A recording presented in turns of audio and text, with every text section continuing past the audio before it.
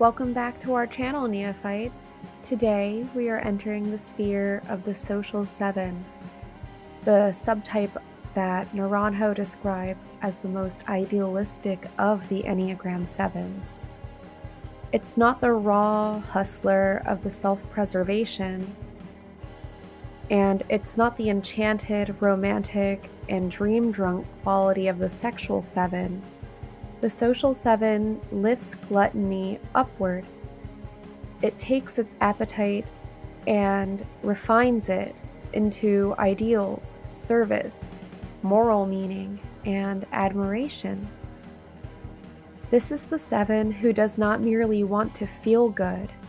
This is the seven who wants to feel good in the ethical sense, worthy, elevated, admirable, necessary, and even saintly.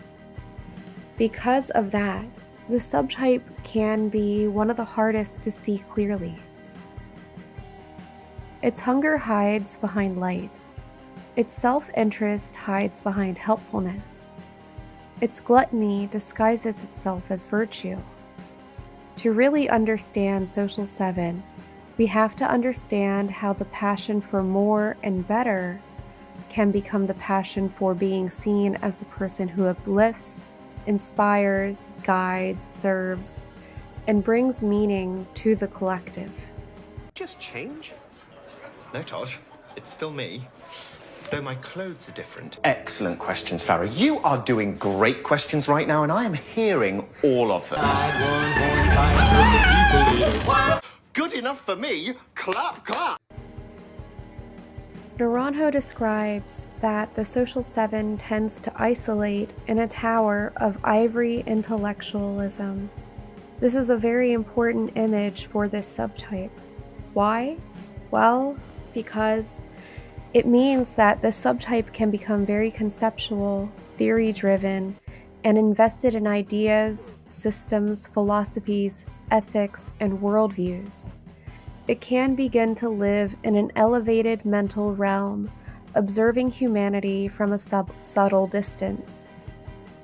So while it may be socially oriented, it can also be strangely detached, not earthly and embodied like the self-preservation seven, and not passionately fused like the sexual seven, but mentally lofty.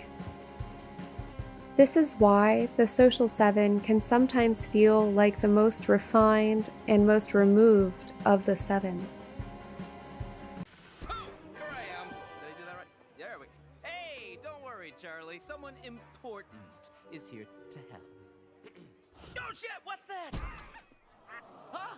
Where'd they go? Oh, they were just here. It's a fucking duck. He tricked us. So according to Naranjo, this is the subtype that wants to be someone whose life counts for something larger than their appetite. They do not merely want pleasure, they want to frame their existence as conscious, ethical, and meaningful. And that's why the social seven often views itself as a visionary and as conscientious, and unlike the more cruder forms of indulgence, which it quietly judges in others. But what makes this complicated is that the social seven is still a seven. The passion is still gluttony, and the avoidance of pain is still central to it. It's just here, the appetite has learned to wear beautiful clothes. Instead of saying, I want more pleasure and more fun, the social seven will say instead, I want to serve, I want to help, I want to uplift, and I want to stand for something better. The identity becomes elevated, but the mechanism underneath is still hunger. So one of the most important things Naranjo wrote about this subtype is that it's the subtype who represses gluttony the most. In fact, Naranjo wrote that this is basically the antithesis of gluttony in the outward appearance. That's why the social 7 is so often misunderstood and may not look indulgent in the obvious sense. It may seem restrained, disciplined, devoted, altruistic, and morally serious, but that doesn't mean the appetite is gone. It means the appetite has shifted into forms that are more socially acceptable and rewarded, and more flattering to the self-image. The social 7 wants admiration for goodness and status through service and indulgence through elevated identity. It collects ideals, appreciation, noble causes, and moral credit the way other 7s may collect their experiences, adventures, and pleasures. This disguise matters because it allows the subtype to maintain a positive self-image while still avoiding pain and feeding the ego. So, in other words, the appetite is not annihilated, but rather refined and spiritualized and made presentable and palatable for other people. The social 7 can sincerely believe it's living beyond self-interest, while unconsciously it's organizing its life around subtler and more elegant self-interests.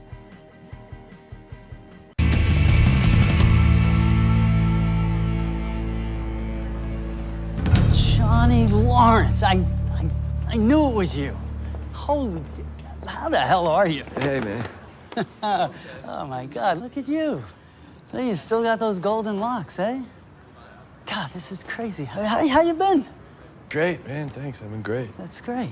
Hey, Anoush, come here. Louis, get over here. I want you to meet somebody. I gotta go. No. This is Johnny Lawrence. He and I go way back, right, buddy? This guy was the toughest dude in my high school. When I first moved here from Jersey, he and we got into it a little bit. This guy really had it in for me. Yeah, well, you did move in on my girl. Well, she actually wasn't really a girl anymore, was she? I mean, all right, that's all water under the bridge. Wait. So within the subtype, we see that it pretty much acts as a saint, the would-be saint. Naranjo used the phrase, a candidate for sanctity, and this is a very sharp and revealing description of this subtype. The social 7 often builds its identity around being the good one, the caring one, the uplifting one, and the benevolent one, the one who means well and whose actions serve something collective and elevated. Oftentimes, the aspiration towards goodness is sincere here. That's pretty important to acknowledge about them. This is not purely a fraud in the crudest sense of that word, but the tragedy within is that the aspiration becomes entangled with their identity. So the person doesn't just want to do good, they need to be seen as good, and often they need to see themselves as good in order to avoid the more uncomfortable layers of their own selfishness. They don't like to deal with their grief or pettiness, envy, neediness, and pain. So their saintly self-image becomes a defense mechanism. It protects the person from confronting how mixed their own human motives really are. It keeps them from admitting that they have hunger, resentment, pride, or the desire for recognition. And that is why the halo in the subtype is cracked. Because the saintly image is the real one in a sense, but it also is a hiding place for them. So Naranjo made a really brilliant comparison for this subtype to Rasputin. And it's brilliant because it captures the specific way this subtype seeks to influence. It doesn't want to be the king, it doesn't want to be the person on the throne exactly, but rather it prefers proximity to importance. It wants to be the advisor, it wants to be the royal vizier to the sultan. We see this subtype advise, ideologize, purify, energize, interpret, and guide others.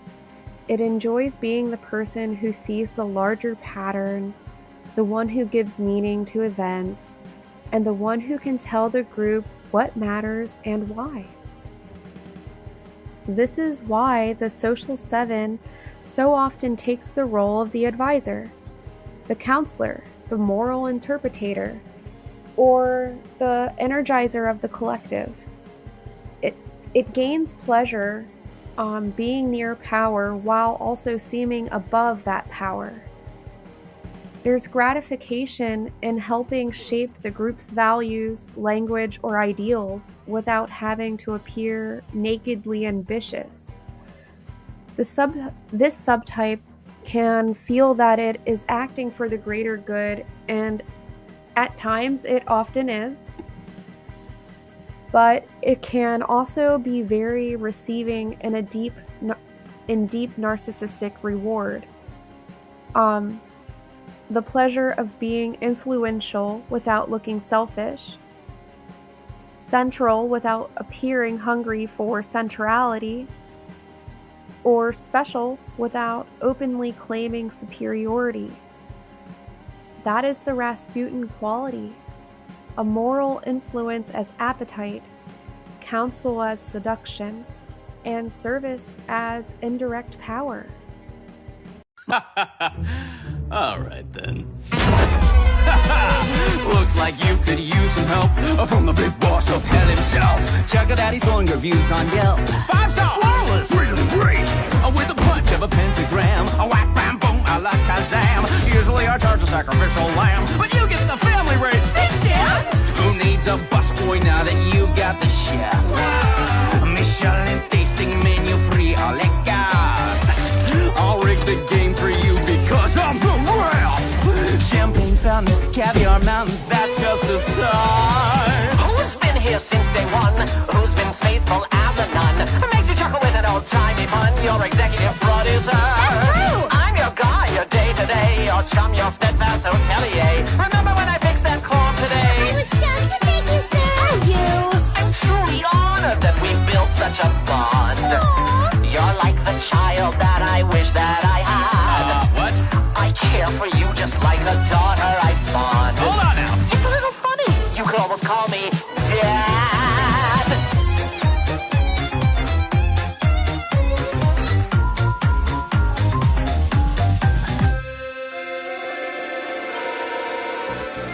They say when you're looking for assistance, it's smart to pick the path of least resistance. Others say that in your needy hour, there's no substitute for pure angelic power. Who just happens to also be your blood. Sadly, there are times a birth parent is a dud. They say the family you choose is better. What a bunch of losers. Can you butt out of my song? Your song, I started this. I'm singing it, I'll finish it. Oh, you tacky piece It's of... me. Yes, it's me. I know you were waiting for me. I'm here. What a guess. Took a while, but I'm present at last. It's me. It's me. Missing.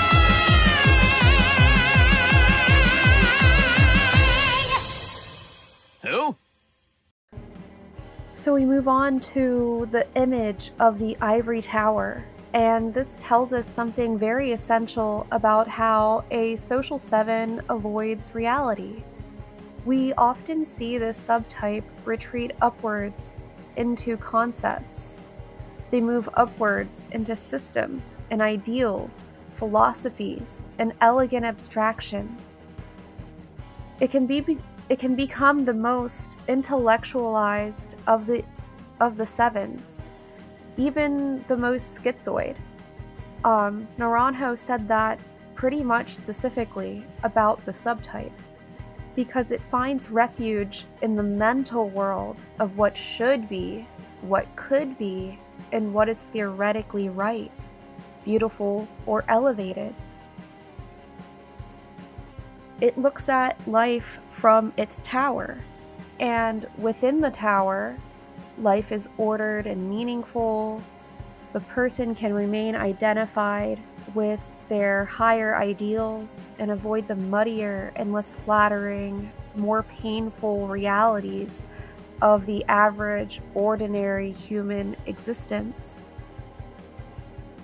Messy conflict, dependency, envy, shame, contradiction, bodily hunger, and relational disappointment all become easier when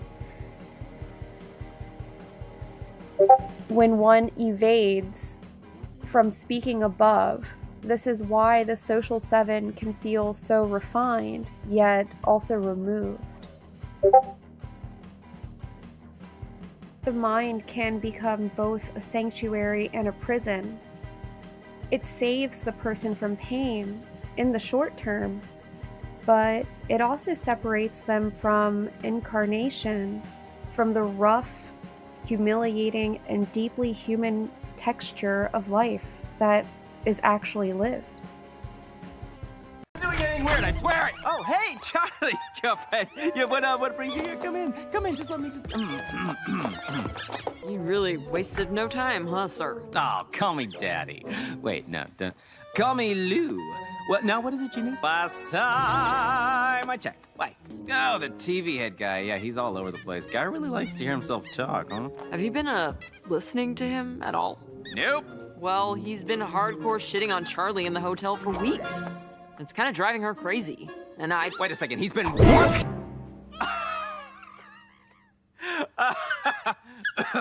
Oh, sorry. Oh, Anastasia. I'll let you in on a little secret. I cannot smite him.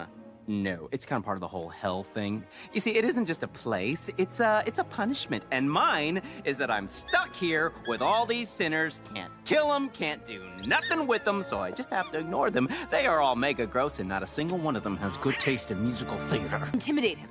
Bluff a little. To most of hell, you're a pretty big deal. I don't know.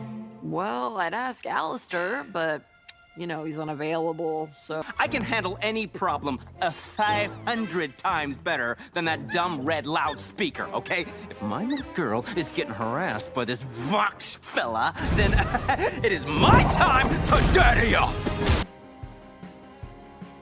Service is one of the great paradoxes of the social seven because it can both be genuine and strategic at once.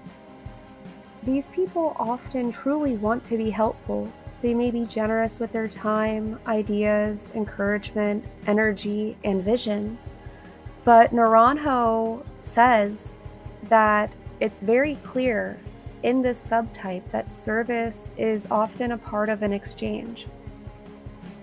By putting themselves at service of the whole world, they receive admiration and indulgence in return.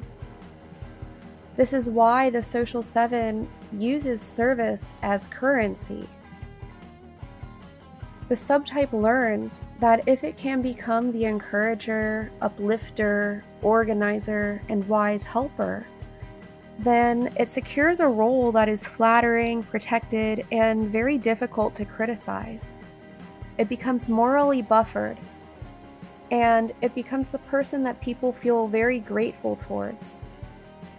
Because this strategy is draped in goodness, the person may not even realize how much they need the admiration and the identity that the role provides. Symbolically, we can imagine a silver platter and a mirror together, The service offered to others also reflects back a beautiful image of the self. More often than not, the social 7 appears as warm, bright, and unquestionably well-intended. This is part of what makes the subtype socially compelling. Many times, people can often experience them as positive, generous, intelligent, articulate, and easy to like. But the mask of goodness is more than just a pleasant personality. It's a very carefully crafted self-preservation that conceals how much self-interest still exists underneath. This subtype often wants to occupy the role of the good one, the wise one, the generous one, and the socially conscious one. The problem is not that these qualities are fake. The problem is that the ego clings to them.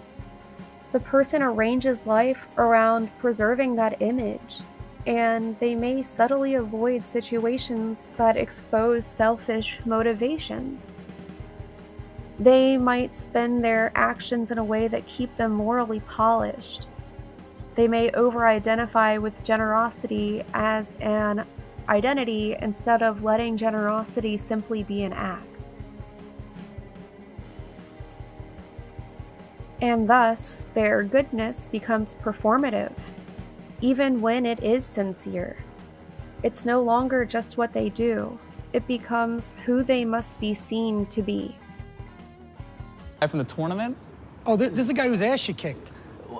Listen, it was a really close match, but if you want to get technical, I kicked his face. I'm just busting your chops.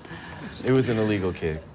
Oh, illegal? Really? Come on, what about that elbow to my knee? Yeah, I got a warning, you got the win. Whoa, whoa, whoa. No fighting in the showroom, guys. Yeah, come on. All right, back to work. All right, nice meeting you. Let's go, get back to work. Enough reminiscing, right?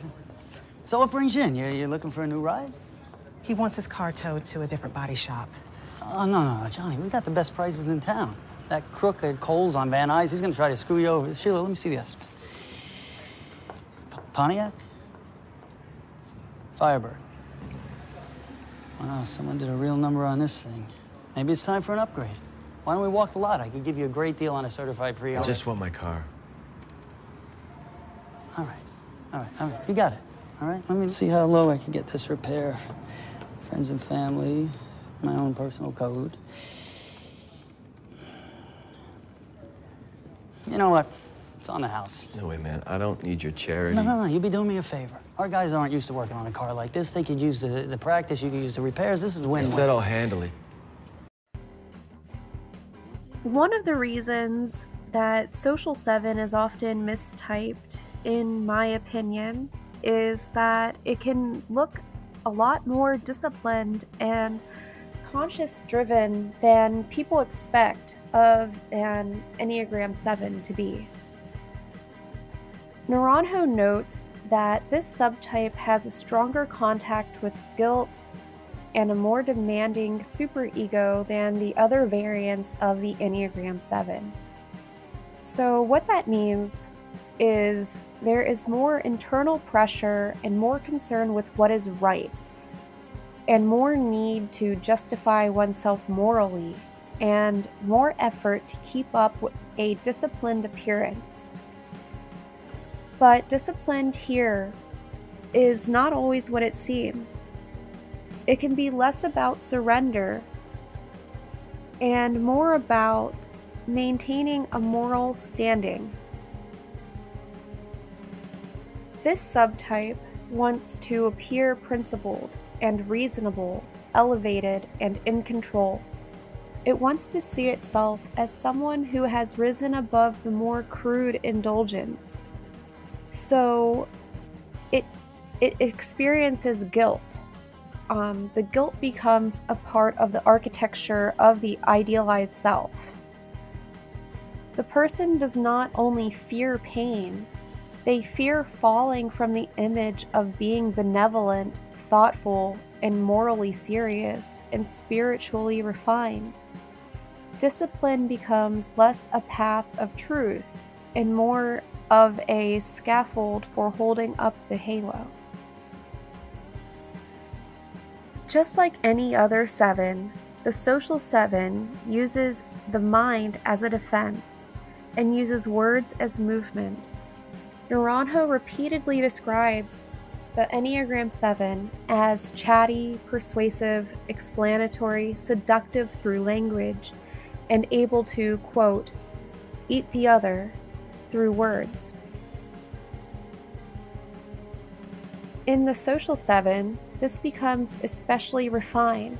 The subtype often develops a highly articulate and intellectually sophisticated style. They may love theories, systems, conceptual models, refined distinctions, philosophical or spiritual language, and explanatory and elegance. Words become a medium of charm, but also a means of avoidance. If they can frame reality beautifully enough, they do not have to sit in the rawness of it. If they can explain suffering, they do not have to feel it. If they can inspire others with luminous ideas, they can stay one level above their own despair, pettiness, ordinariness, or confusion. So the intellectual sophistication is real, but also functions as a glittering shield. This subtype is also known to be brilliant, and one of the lessons it needs to learn is that brilliance does not free it from being human. Naranjo says that the social 7's love style is admirative, and that word really tells us a lot. The social 7 loves by idolizing. It's drawn to people whose intelligence, goodness, moral seriousness, social role, vision, or public importance can be admired. It may also seek relationships based on shared aspirations or a sense of being united in something elevated. This can make their love feel noble, cultured, and full of admiration, but there's still a cost. Admiration is not the same as intimacy, and idolization is not the same as contact. Because when you love someone for their elevated qualities only, it's very easy to miss their ordinary humanity, as well as your own.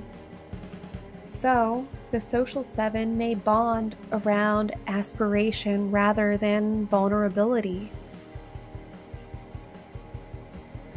It may feel deeply connected because it shares values, visions, causes, or ideals, while remaining relatively defended against the messy, needy, unpolished demands of actual closeness. So then, that kind of brings us to a sense that love becomes a column more than a hearth. Upright and beautiful and elevated, but not warm. Lucifer was one of these angels. He was a dreamer with fantastical ideas for all of creation, but he was seen as a troublemaker by the elders of heaven, for they felt his way of thinking was dangerous to the order of their world.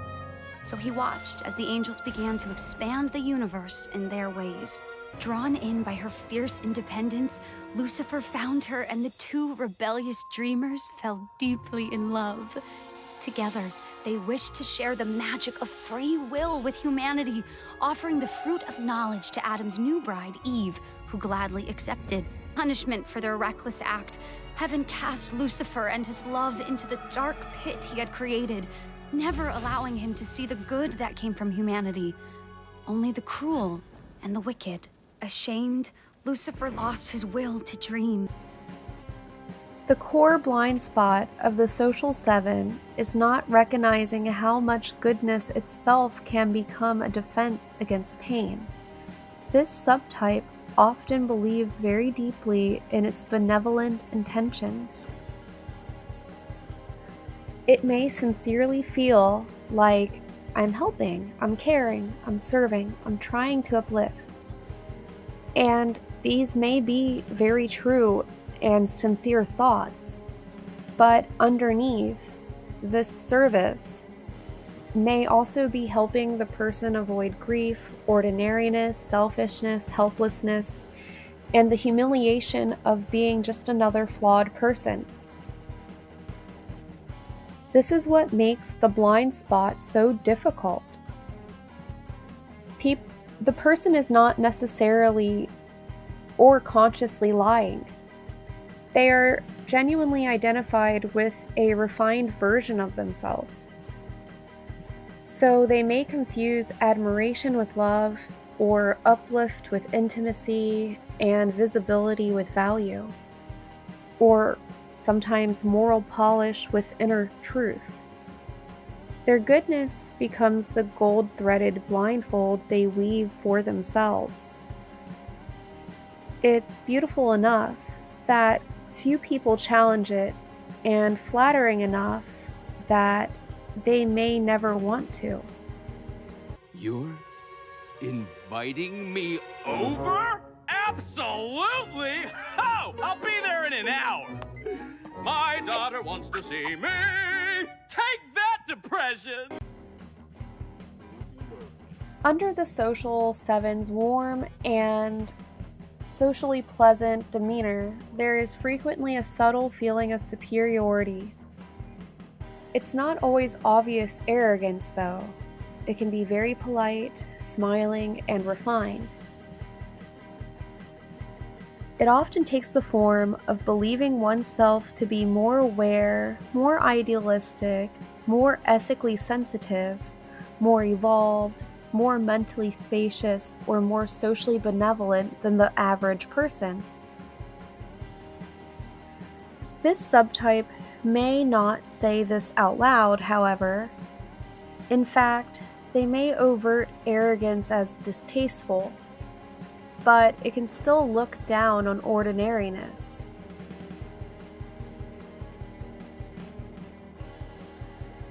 It can feel that its ideals purify life, while others remain trapped in coarser, narrower, more selfish, or mundane concerns. This superiority serves the self-image. It supports the sense of being different in a good way, not just exceptional, but exceptionally admirable. The lantern held high becomes a good symbol because it illuminates, but it also creates distance. It places the holder above the crowd. There's a real emotional cost to living as the radiant one. The repressed appetite does not disappear. Repressed selfishness does not disappear either, nor does repressed pain. They all remain under the polished social surface, creating tension, hunger, guilt, frustration, and often subtle resentment. The social seven may feel lonely in its goodness, as though no one sees how much it gives, how much it cares, or contributes. It may secretly want appreciation while telling itself it ought to be beyond such needs. It may feel bitterness when its service is not recognized.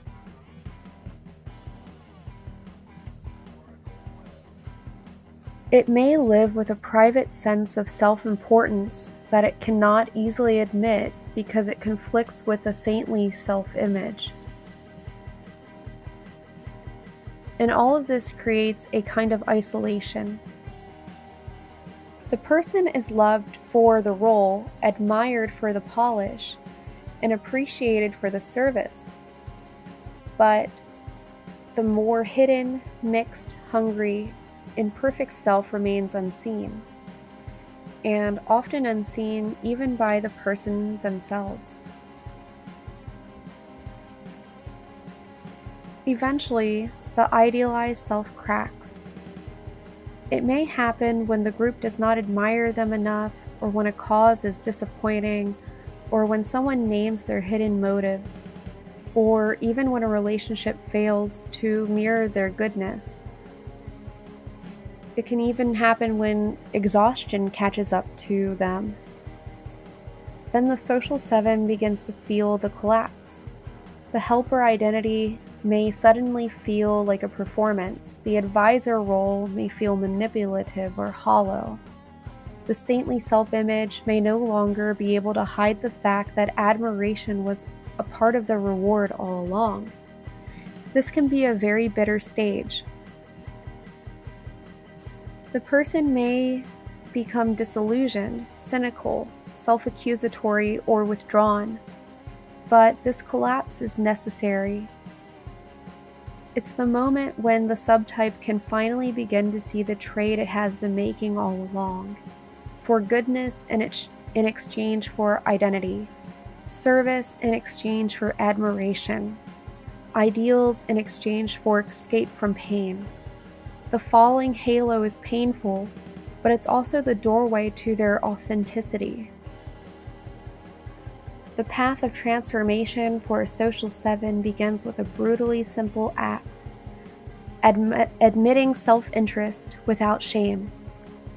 Not demonizing it, not spiritualizing it, not disguising it, just seeing it for what it is. Naranjo's material on transformation emphasizes humility and the renunciation of manipulation. The subtype has to let go of the pride attached to holiness, kindness, compassion, and altruism as identity. It has to stop using service to secure specialness. It has to come down from the ivory tower into the messy world of mixed motives, imperfect relationships, disappointment, limitation, and ordinary human life. Genuine service replaces strategic helpfulness, and honest presence replaces the performative virtue. This is not a fall from grace, it's a descent into the truth. Only there can the social 7 discover a generosity that is no longer secretly bargaining for admiration. The virtue of the 7 is sobriety, and for the social 7 this looks like the sobriety of ideals and appetite. It means no longer being drunk on one's own goodness, role, service, or elevated vision. Sobriety is the point where the person becomes honest about motives. The inner movement shifts from "I must be good, useful, and admirable" to "I can be real and loving." That's a radical shift. It means the person no longer needs a sanctified self-image to justify existence. They can just be human, and they can be mixed, and they can be limited. They can care without being special for caring. And from that grounding, idealism becomes more beautiful, not less. And no longer is it a performance. It becomes the truth made practical. Once integrated, the social 7 becomes one of the most genuinely inspiring of all the 7s. This isn't just because they have lost the vision or because they have stopped serving, but because the vision is no longer inflated and service is no longer strategic. We find that genuine generosity appears from them. They help freely without hidden scorekeeping or needing to be mirrored as morally beautiful. We find more humility appears within them, the ability to contribute ideas without superiority or without using intellect to hide from life. Grounded idealism appears. Ideals become guiding lights rather than escape routes. The person can energize communities and offer insights and uplift others in a way that is no longer feeding an idealized ego. This is the healed lantern, still bright, but now held at human height. In closing, we find that the social seven's path is one of relinquishing the halo. The journey from admired goodness to humbled authenticity, from service as identity to service as love, from saintly self-image to a real presence. The line here says it perfectly. When I no longer need to be the good one, I can finally be a true one. That's the medicine, not cynicism. Not abandoning ideals or rejecting service, but releasing the need to use them as a shield. When the halo falls, something more precious can finally appear. The freedom to be genuinely human and perfect and actually connected.